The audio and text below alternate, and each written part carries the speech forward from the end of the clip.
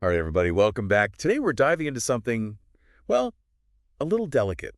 A little, uncomfortable for some, maybe. Yeah, exactly. Yeah. We're talking about that urge, To check up on your partner online. exactly that. It's like Yeah. we all know we shouldn't, but But those social media rabbit holes, they're awfully tempting. right. And this deep dive was actually inspired by you guys. We got so many messages about a podcast episode on this exact topic. And, well, it got me thinking, where's that line between like healthy interest and full-blown online stalking? You know, what's interesting is the podcast made this point right off the bat. It's not just about what you do, but your intent. Yeah. They said something like, are you scrolling for connection, trying to understand them better, or are you hoping to find something bad? And honestly, that hit me hard, It makes you think, doesn't it? big time. So in this deep dive, we're going to unpack this whole thing, the why, the how, and most importantly, how to keep it healthy. Absolutely. Because that's the key here, isn't it? Totally. Now, the podcast we're looking at actually interviewed a psychologist about this whole relationship stalking thing. Oh, and that's so important, right? To get that expert perspective. Totally. And they said something really interesting. They said that this constant online checking, more often than not, it points to deeper issues in the relationship. That makes sense, though, right? If you feel the need to constantly check up on someone, maybe there's a lack of trust there. Or maybe even some insecurity on your own part. Yeah. Like, are you projecting your own anxieties onto your partner's online activity? Yeah. And the psychologist in the podcast called this digital confirmation bias, which I thought was brilliant. Oh, I like that. Digital confirmation bias. Tell me more about that. So they basically said, if you're already feeling insecure, you're way more likely to interpret anything you see online in a negative way. Ah, so even if it's totally innocent, you're already primed to see the worst. Exactly. And it becomes this self-fulfilling prophecy.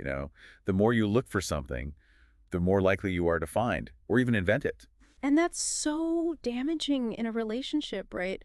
That constant suspicion. 100%. And you know what else the podcast talked about? They shared these stories from actual listeners, and let me tell you, they were eye-opening. Real stories, real people. Always hits different, doesn't it? Oh, for sure. Like one listener talked about how they'd spiral every time their partner's Instagram got flooded with comments just from like their soccer team. Oh, gosh. And I bet logically they knew it was nothing to worry about. Exactly. But they couldn't help but feel this like pang of jealousy. It's like our emotions sometimes, they have a mind of their own, don't they? It's so true. And then there was this other listener who admitted to spending hours digging into their ex's social media after a breakup. Like, talk about a recipe for heartbreak. It's like that digital ghost hunting we talked about. You end up just torturing yourself. Seriously. Yeah. So knowing all this, the big question becomes, what can we do about it? Right, because knowledge is only helpful if we actually apply it. Totally. So the podcast had some great tips. And for me, it all boils down to honesty. Honesty with ourselves first, right? Yes. Like, why are you really doing this? Are you insecure about something?